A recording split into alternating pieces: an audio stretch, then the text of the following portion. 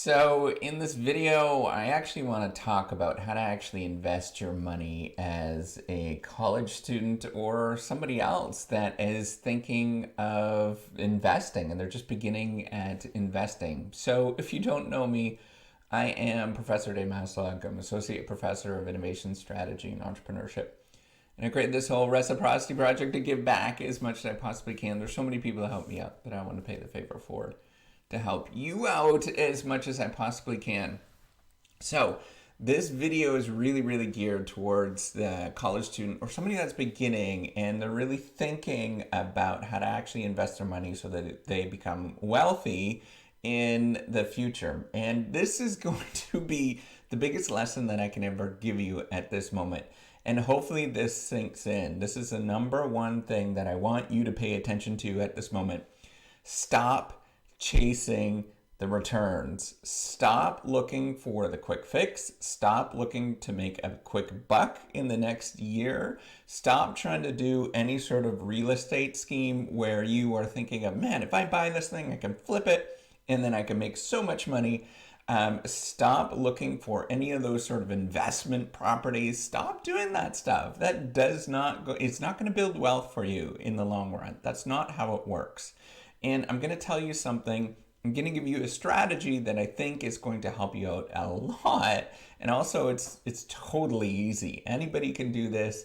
It's very simple, and we've done okay with this, and I think it's hopefully going to make you do okay in the future. And you'll become very wealthy, and there'll be no problems at all. But it takes time, and it also requires you to push away all of that crap. Don't pay attention to any of those. Maybe it's an ad, a YouTube video or something like that. Stop it. This is not how it works.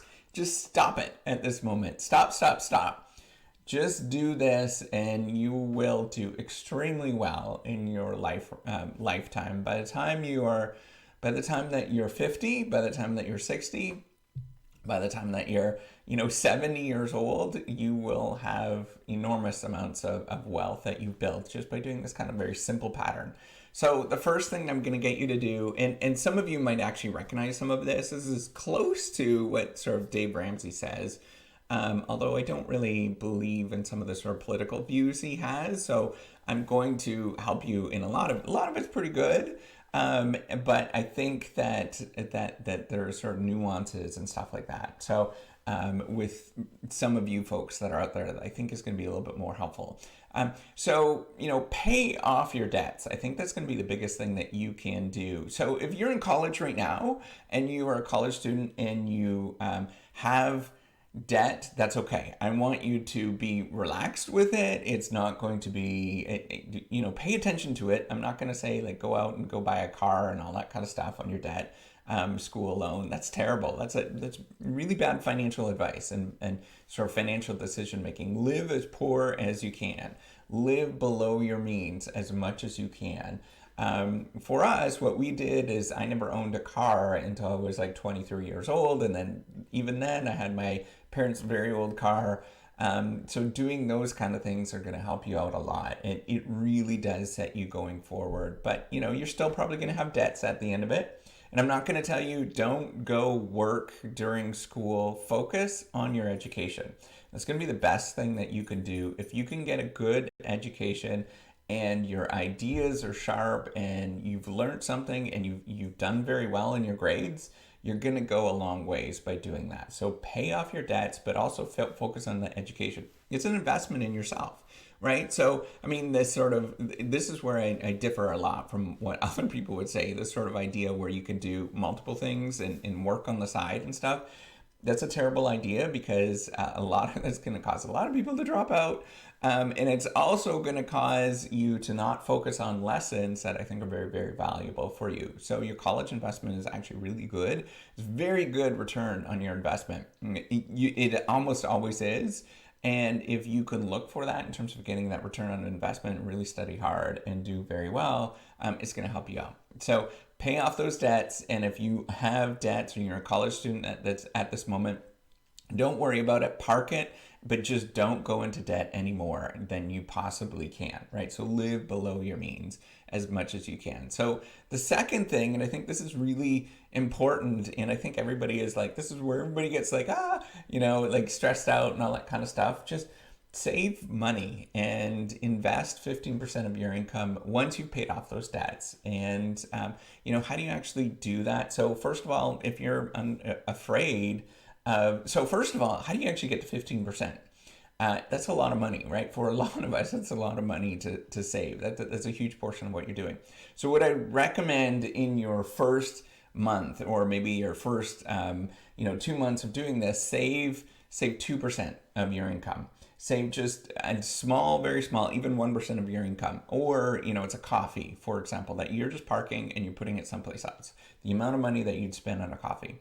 Then the next month or the following months, what I want you to do is ramp it up just a little bit more and save, say 4 or 5%. And then the next month, you're going to want to save 6 or 7%, until eventually you get to the point, maybe you're a year into it, that you're saving 15% of your income towards something. And if you put it into a savings account, that's fine. And that's actually awesome that you've done that, because that is 100 times better than almost everybody that's out there. Most people don't do this, and you are going to do extremely well. Just by doing that by the time you get there. So I want you to make sure that this money grows for you. And I think that's really, really important for all of us, because I want you to be fiscally responsible. So if you feel comfortable with doing this and it is your best bet all around, I'm not going to tell you to do any sort of risky sort of Bitcoin scheme or anything like that. Take that 15% that you have saved and start investing it into index funds. If it's not for retirement, just plain old index funds, whatever that is. A low turnover index fund where they're not sort of taxing you a lot. So it's so really basic, right? So go to a Vanguard fund and just buy that. If it's part of a retirement package at your business, your organization, then just simply look for the returns. So really good returns in general. But also sort of non-risky things. So, things that are sort of big organizations that you're investing in, there's usually, some funds that are out there that are kind of like, balanced, or growth funds. I do growth, that I invest in, and some mutual, some international funds that I invest in, and, just kind of basic things like that. Nothing too fancy, but good returns, but nothing really fancy, nothing specific into a specific category. So I do have a little bit in, say, REITs, which are, these kind of index, or these mutual funds that invest in like commercial properties and things like that. That is okay, but I only have a small percent. So, like 10% and something like that. So something specific, but everything else is just very general, where you're just investing. What you're looking for is just investing in the best businesses in the economy, in the global economy. That's what I want you to do. Just invest in those big businesses that everybody knows, the Apples and all that kind of stuff, because they do a really good job generally. And they are a good reflection of the market. That's when you're buying an index fund. That's basically what you're doing anyways, just buying those sort of really good companies. Index fund is just basically taking all the companies in the stock market, and then taking a percentage of that, and it sort of weights it to get that percentage of it. Now, why do you want to do that? So the reason why you want to do that is because I'm not smart, and you're not smart either, in terms of picking the best possible stocks that are out there. There are people out there with machines, computers that are running these systems over and over and over again, picking up these things. Or it is virtually impossible to beat the market. Very, very hard to beat the market. But what you can do is just look for long-term returns. And your best thing is just actually doing an index fund. You have to believe there's smarter people out there and more resources than you, to actually do this, to have that trust in it. And I believe that. I strongly believe that. I'm not the smartest in the world, and I'm actually really terrible and unlucky. So I'm never going to go there, right? So if you believe that, that's the best possible chance that you could do. if you have so much confidence that you can invest and do really good job in this world in investing, then by all means go do that. But I'd recommend that you're probably not going to do very well, because this. So when you do this, you're actually getting the sort of best returns for the risk that you're actually bearing. And so you can do a lot more risky things. So invest in Bitcoin and all that kind of stuff. It's really risky, and you might get better returns, but risky means it goes up, and it's very likely that it's going to go down. And it happens all the time. And this is your best bet, and it's your most tried and true. Always kind of think about that.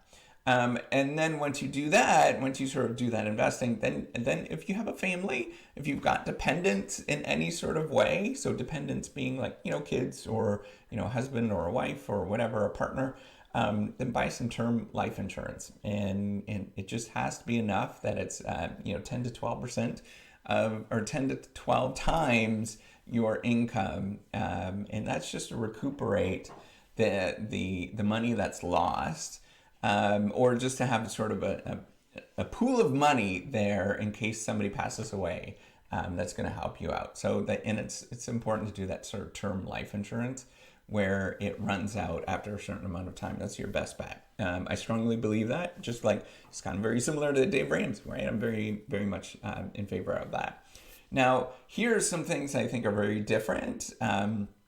That I think are very good advice that this is going to sort of change your life. So be a good person and be a leader in your community. So look for how you can actually be a good person in this life and just be a good leader in your community. That's going to give you self-fulfillment, but also give you opportunities, right? So it's important to be self-fulfilled, that you're not chasing those returns and trying to do things that are really scammy in this world. That's going to get you into trouble. Whenever you're chasing the returns, it's going to get you into trouble. Being a leader in your community sometimes gives you opportunities to find really good investments. Sometimes there are good investments in the community that not a lot of people are aware of. And those are the ones that are probably going to net you better returns, but they're really hard to get. And at the same time, they're risky, right? So the returns have to be ridiculous in terms of actually getting those things, right? So they have to be, 100% return in a year. And so that's hard to get those things. And I would never sort of do that unless you have the person is just amazing people that and that's hard to find that unless you're part of a community, and you understand who people are, you get kind of insight in them. All those kind of things. That's the only way that I would ever invest in somebody. I would never invest in some sort of scammy thing off the internet. I would really have to know those individuals. I would have to know them inside and out in terms of what kind of person they are, in terms of an investment going forward. I think sometimes, so this is kind of a unique thing. So once you've built up a little bit of wealth, that you are okay with yourself, right? That you are not sort of freaking out. You don't have that sort of knot in your stomach where you just feel like you're panicky.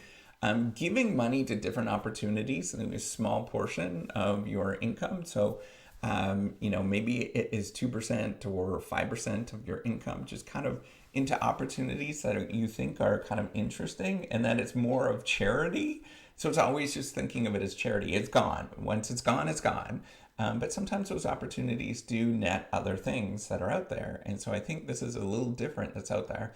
And sometimes it could turn into something that's wonderful or return something that you can benefit from them. And then further your investing in opportunities that are out there. Those are hard to come by. And really, because if they're easy to come by, to find those things, and everybody would be doing it, right? So I would not invest in sort of opportunities unless you really choose that. So for me, this whole reciprocity thing, it's me investing in something that's bigger, and I think it's legit, and I think it's going to do a lot of wonders in this world and really solve a problem. But I'm going to keep doing that, right? And it costs money to actually do this, and it costs time and resources and stuff. And the last thing, I think this is so important for all of us. Stop chasing. The more that I start feeling panicky and I want to actually get to some place that is 10 years out, or like I'm going to be here in 10 years, I get in trouble every time. So you got to be really content and know that these things take a long time, and be okay with the fact that it's going to take a long time. And once you actually get there, that's okay. Your life is not going to change dramatically. And that's what I want you to get into that mindset, is that it's not going to change.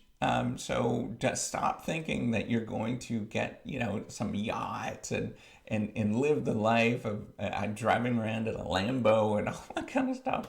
I mean, if it gradually moves there, by the time you actually get to that point, it's such a gradual movement that you don't even notice it if you're doing it properly.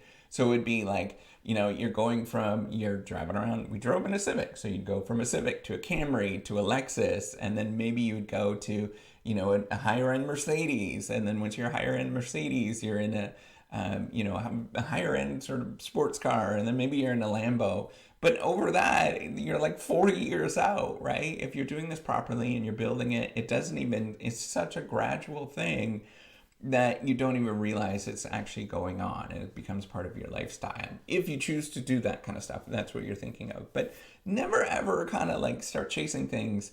As soon as you start chasing, you start wanting things and you start wanting to impress other people that you really don't like, right? Like you don't even like those people anyways, or most of them are jerks. That if you're doing that, then you're going to be stuck and you're going to be in a situation that's not good. So that's all I can say in terms of actually investing money as a college student. I think hopefully if you watch this, I hope it's going to change your mindset. I hope it's going to change your life, because if I had this advice going forward, and it's really changed who I am. Some of this advice has really changed who I am. Some of it I've added to it. So I think that this is very valuable. And hopefully by the time you get to my stage, you'll be saying the same thing and helping somebody else out, and doing some wonderful things in your life. So with that, give me a thumbs up, do subscribe to the YouTube channel. Take care and have a wonderful day. Bye.